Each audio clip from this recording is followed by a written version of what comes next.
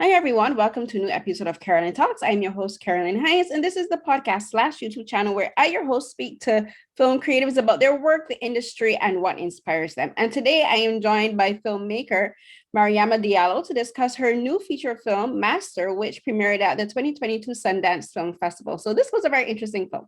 It's about racism. I also believe a bit of anti-Black sexism, as well as the need to fit into certain spaces. And I'm so glad to be able to talk to Mariama about this film because it has a lot of themes and visual cues that I'm very interested in discussing. So Mariama, thank you so much for talking with me today. Hi, thank you so much for having me on your show. Thank you. So my first question, I always like to start out with asking filmmakers what inspires you to be a filmmaker and what got you into filmmaking. So I decided when I was very young that I wanted to become a director. I think that I was attracted to this concept I had of the director being in control. I think honestly, part of it was formed on a very, very rudimentary understanding of what it meant to be a director, but I knew that I liked films. I knew that the position of director was the one that I seemed to hear get batted around a lot. And so when I was in ninth grade, about 14 or 15, I just started declaring that I would become a director. And I said it long enough that it became true. Oh, you spoke it into being, as we say. I spoke it into existence, indeed. Yes. And for your first film feature, I think it's super impressive that you've tackled a subject like this about racism in academia, because when people think of academia, they just think it's just about, the education and getting your diplomas, your degrees, and college campuses being stressful, but also a places for fun. But for Black people, especially for Black girls and Black women, it's a completely different experience. So just talk to me about making this the foundation for your very first feature film. So I knew that I wanted the story to follow a Black woman who had become promoted into the position of master, which was a position that when I was an undergraduate existed at my school. And as you can imagine, the term is so fraught and it's so loaded. And to be asked as, almost a child, because you're getting to college at 18, you're very young, asked to take on somebody in your life who you're told to call master is a very damaging kind of paradigm to step into. And I just felt like there was so much richness that I could examine within that term and that word, and to have a Black woman as the person who is now, playing this role and is the person being called master, I just found it to be very intriguing. And I was curious about what the character of Gail would experience, how she would feel about it, what would happen to her over the course of the semester as she, got accustomed to this new role. For me, I also wanted to use the film to reflect on my own experience and think about some of the, things that I had seen and things that I had experienced myself as an undergraduate that I had never given its full due. I hadn't ever fully sat down and reflected on the experience that I came out of, and this film allowed me to do so. And I knew that it would always have to be, from the perspective of a Black woman, because, that's me, that's at this moment, that's the way that I am interested in engaging with film, which isn't to say that, I would necessarily, as a rule, always stick to this. But for me, it was certainly a no-brainer that the eyes with which I was going to enter the film and the script were with the eyes of a Black woman. It was just you began talking about using the term master. Like, for me, that did set me on edge. Like, I can't think of calling anyone master in any context, and it just it does as a Black person. Like, my cackles immediately went up. And then for Gail, who's played brilliantly, I think, by Reginal Hall, the way she just effortlessly says it, And then the speech that she gives, you know, to the kids where she's like, you'll never want to go anywhere else. Like, this is your home now. And it's like this whole, it was like this, like she was claiming them for this space. And like, I was just like, anyone telling me that I'm never going home would be like, no. Right. I know there's some kind of sinister undertone to that part of Gail's speech for sure. But it is something that I was thinking about. It's a very strange and kind of sad moment. I think that for most people it works out and it's fine.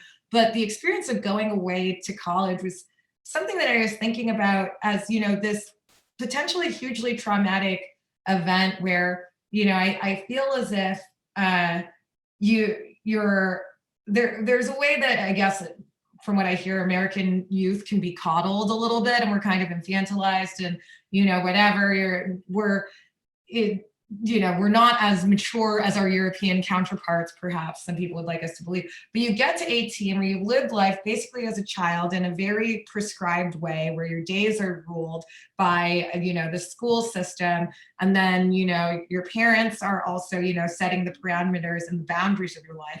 And then all of a sudden, at the age of 18, they open the door, fling you out.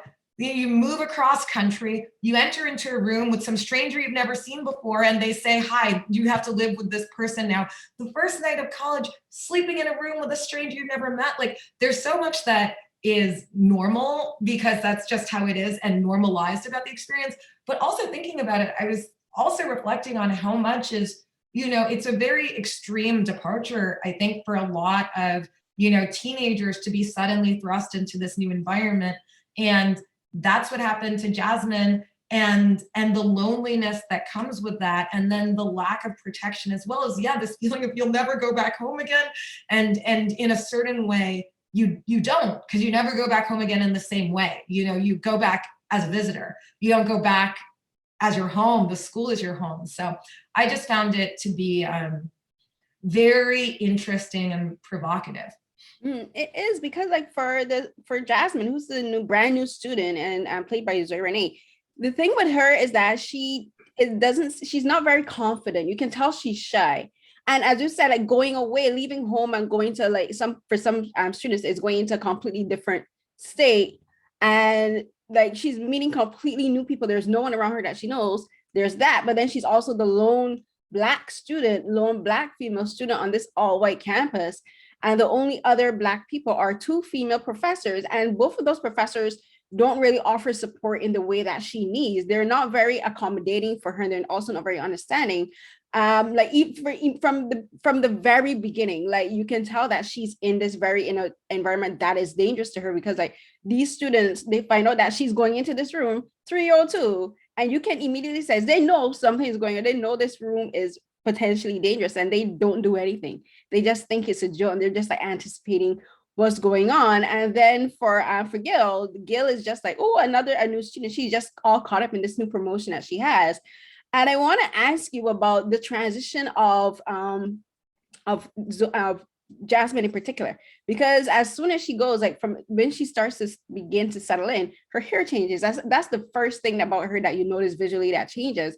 And I wanted to ask you about that, because she goes in with her natural hair, her natural curly hair, and then it's flat ironed, or she's wearing a wig when she's out in public.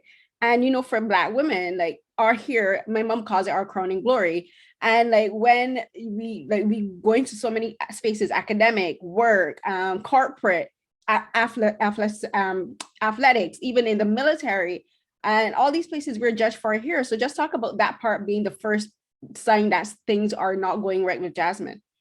Yeah, I think that you identified that perfectly. And, you know, like as you and I know, and I'm sure like your listeners as well, like it doesn't have to mean more, like straightening your hair doesn't have to mean more than just, I want to straighten my hair. There are all sorts of, you know, confident, happy, like pro-Black people who can rock a weave, do whatever. So I wasn't trying to, you know, be shady about that. But I do think, like you said, that it is a symptom, and it's the first sign of Jasmine trying to shrink herself a little bit and trying to make herself smaller and more palatable to the school, in the sense that she has that the way that she entered and the way that she first gets there is wrong. That there's something about her natural hair that needs to be addressed and tamed in order for her to assimilate more easily into the school. And so the hair for me is also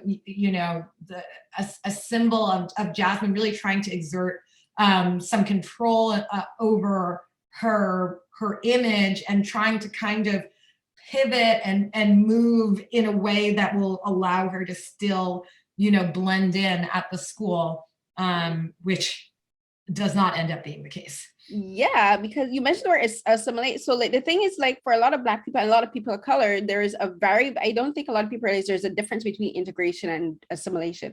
Integration to me is like you're remaining who you are, you're keeping your cultural identity while you exist in spaces that are not normal to you or not where you come from. Whereas, and you're still keeping your identity, but you're fitting in and you're able to work and you're able to like exist. Whereas assimilating is like you're completely shedding everything about who you are as a person and to fit into this space. And unfortunately, for a lot of Black people, for a lot of Black women, we are told we have to assimilate to be accepted. And then when we do get in, like people try to put certain roles on us. And that does happen with Jasmine, and it happens with Gail as well, because for Jasmine, from the very first night, she's put into the role of the maid. And it happens so subtly, like the scene where she, like the student's like, oh, she spilled wine, and one gives her the towel and tells her clean it up. Yeah. And like they immediately put her into the role of maid, and then they start sending her on errands, and they don't pay her back for buying pizza or drinks. And for Gail, she's a master, and she's tenured, but she had to fight to become tenured. She has more, from the conversations that I from what I picked up from the conversations, she's the one with the most published books. She's done more writing and more published pieces and articles than any of the other professors, but she had to struggle to be to get tenured. And even then, they still sending her to do things in the kitchen, like where they're told, oh, go and fetch this stuff from the kitchen, and she finds like the mommy statue.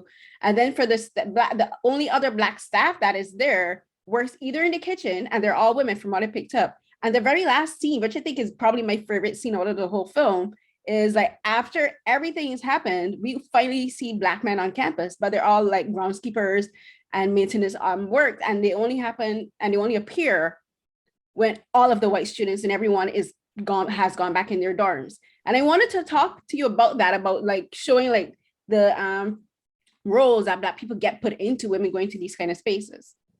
Yeah, I think that was magnificently put, and that, just like you said, that there are, over the course of the film, you can kind of observe the different roles that Ancaster has reserved for Black people on campus, and they are very limited. The roles are, professor, and I would say professor as the face of diversity. So it's less about the individuality of the person and more of, what that commodity represents, which Gail resists. We kind of see when Gail is in her kitchen at night and she's like, she's workshopping this speech that she has to give, and she's, keeps on getting corrected to say, woman of color and whatever. But Gail is not really, she's resisting this way that her identity is being leveraged by the school.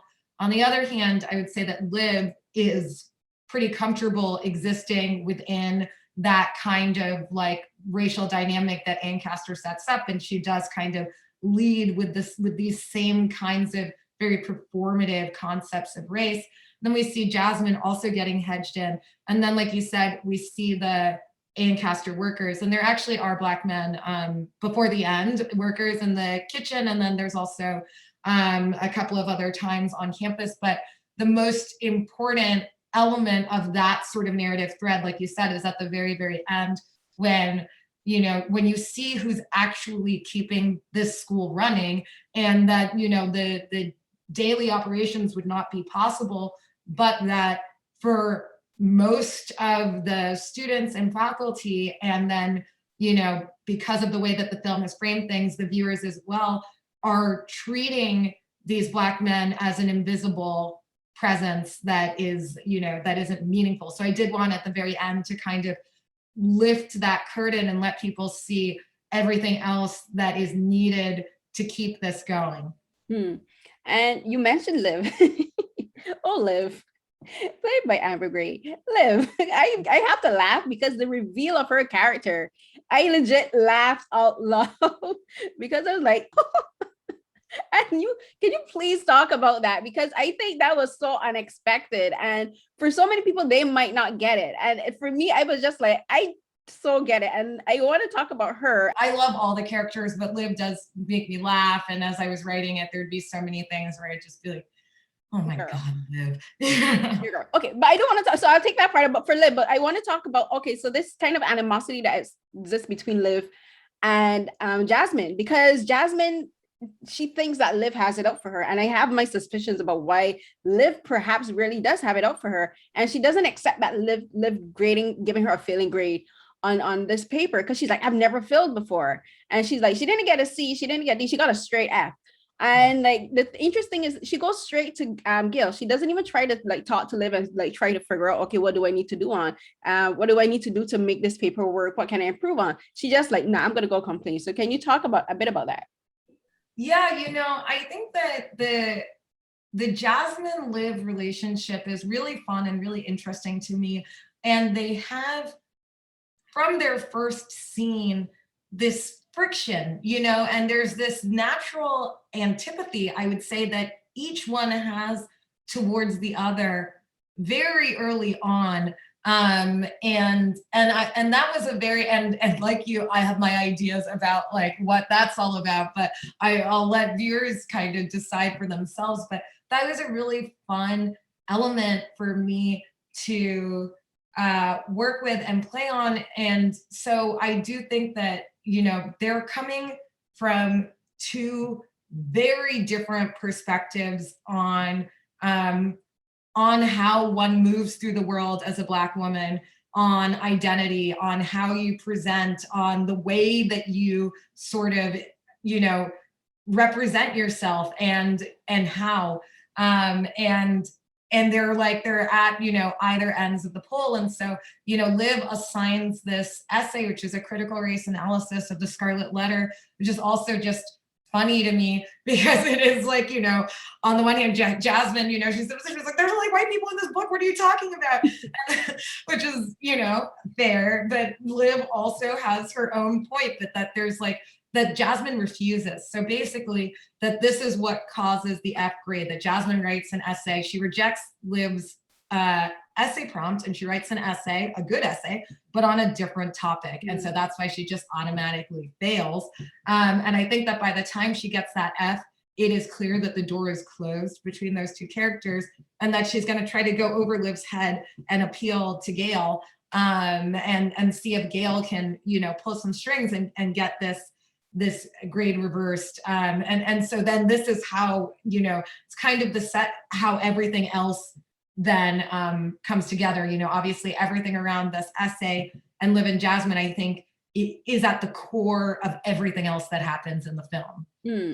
So one of the there's two main things I want to talk about. The first I want to talk about is why is this for these characters, but in real life, why Black people sometimes think and believe that we have to fit into every space and that we need, like, I want to sit at a table. I'm like, sometimes we don't need to be at every table. We don't need to exist in every space, especially for Gail, like she's fitting into this space, but she's also taking on an identity, like the role of master, to fit into this space. And I'm just like, we don't need to be everywhere, especially in one that's so violent. Like it is, I think it's a mentally and physically violent place because there's some things that happen there. I'm just like, you need to pack and go. Like even from the very beginning, like the door shut by itself, I'm like, that would have been my cue to leave. I don't play with demons. I am going home. But she ignores so many signs. Both her and Jasmine ignored so many signs, and they stuck around because they're like, I deserve to be in this space. I'm like, you deserve, but that doesn't mean you have to be. Yeah. I mean, you're so right. And they're not listening to their intuition. They've kind of quieted the part of themselves that could tell them, like you said, run. And I think that that's probably because it's also like, in order to exist in a space like that where microaggressions are being hurled at you from every sort of angle, you have to turn the volume down on the world around you and just focus on what you're trying to achieve. You know, you're not looking left, you're not looking right, you're not going to allow yourself to get hurt. But I think that that also makes you a person who is not living in the present and is not fully in touch with themselves and their experience. And so, you know, we see this happen to Gail, that Gail is so focused on this position and holding on to this position that she's ignoring stuff that could help her and that could help her help Jasmine. And I do think that the question, you know, one of the questions that Gail has and that the film has is, can you fix this from the inside? And I think that when you see a school like Ancaster that is not trying to fix anything and is just trying to put, you know, a pretty spin on it, you can't, you know, and the best thing that she could do, like you said, is not try to, you know, force herself into a place at that table, but go and create a table that's not trying to kill her. You know what I mean? Kill you and drive you crazy, because like you use the term microaggression, and while I was watching this film, and it's something I've been thinking about a lot recently, like we say microaggression, like you face a racist or a sexist microaggression. I'm like, these things actually aren't micro. They're very big because they have such an impact on us mentally and emotionally. Like the ramifications are, there's nothing micro about the effect on us. Yeah, you're totally right. Micro is a little bit of a, you know, it's a misrepresentation in the term. And I mean, there are microaggressions that I experienced years ago that I remember, you know, crystal clear to this day. You know, they leave their mark. Mm-hmm. And they pile up. And especially when it's, but the thing I guess that does feel micro about them is because it's almost like, you know, bacterial spores in the air. There's so many of them, you know, like there are like, on a daily basis, you can get hit by, you know, who knows how many, but they stick, you know, and they're sharp. They're very potent and powerful. I mean, even in the making of the film, I experienced microaggressions. I was like, this is getting too meta. I can't believe that this is happening right now. But you know, that's what we confront. And I think that for somebody who's not Black, it can, or a person of color, it can be difficult to perceive, which for me, it goes well with this ghost story aspect of the film. And what was also important for me then is to bring it into the light, you know, to really to show it and to validate all of us who experience it all the time and are occasionally, you know, dismissed as, you know, being overreactive or whatever else it may be. Yeah, it's true, because like one of the chapters in the film is called "It's Everywhere," and like you use the analogy of bacterial spores, and like it is everywhere, because like some things you're just like, oh, what's going on, and then there's other things. Yeah, I caught that. And so like we have to wrap it up, but I want to ask you about the technical aspects, because the editing, I think I love the editing for this film and the paintings. So can you just talk about that? Especially there's a painting, a portrait of Gail that was made. And while it was being sketched, the thing I picked up was like, why are her curls not defined? And the painter is a white man. I'm like, yeah, this white man, he ain't gonna catch the curls and the coils. So talk about the paintings and the editing, because the editing is like, a lot of it is trick of the eye, and it kind of makes you doubt what you see. And like some things that happen, like one scene behind Liv, where she's raising the sheet and it comes down, the painting behind her. I'm like, something strange about that painting behind her. Right though. Good catch. So you know, the whole thing with the portraits and the paintings and all of that is, you know, that at those schools like that there's so many of those, you know, just up and around, and they're, you know, 99% of them are these, you know, long dead old white men, and they form part of, you know, the background of your life. You know, they're kind of just like looking over, whether it's in the library or it's in a dining room or it's in, you know, in a classroom, and they're this non-speaking presence that is, you know, that's watching over. And it definitely feels like you feel the sense of, you know, the ghosts of the school watching and maintaining the original order.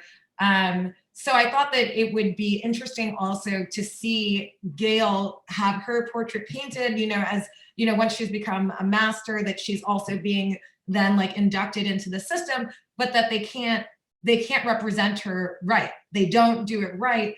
And then, because she has this infestation in her home, that the whole thing rots, that it essentially that this representation is not going to last here. And it's getting eaten from the inside almost the moment that it gets created. It's the school rejects her, and it's ready to, take her to the earth, basically.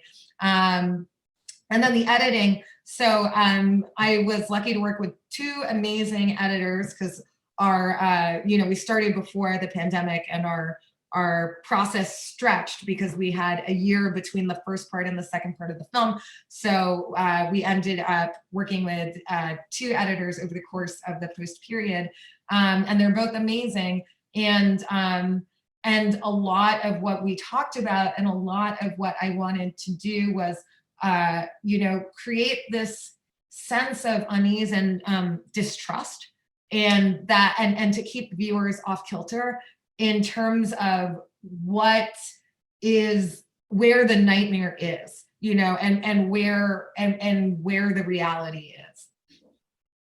Yeah, the editing, I love how the editing and the paintings kind of tie into each other, because they kind of inform where the camera switches perspective, and a lot of the, you talked about the basically the dominance of these white men in these spaces, and racism then and racism now hasn't changed at all. So I love how the film explores that. So we have to wrap it up. So thank you so much for speaking with me, Mariama. I really enjoyed the film, as you can tell. And I wish we could talk longer, because I have so many more questions. But I congrats on the film, and I hope you have a wonderful festival season. Thank you so much. No, this was so much fun. We gotta sidebar later. For sure. For sure.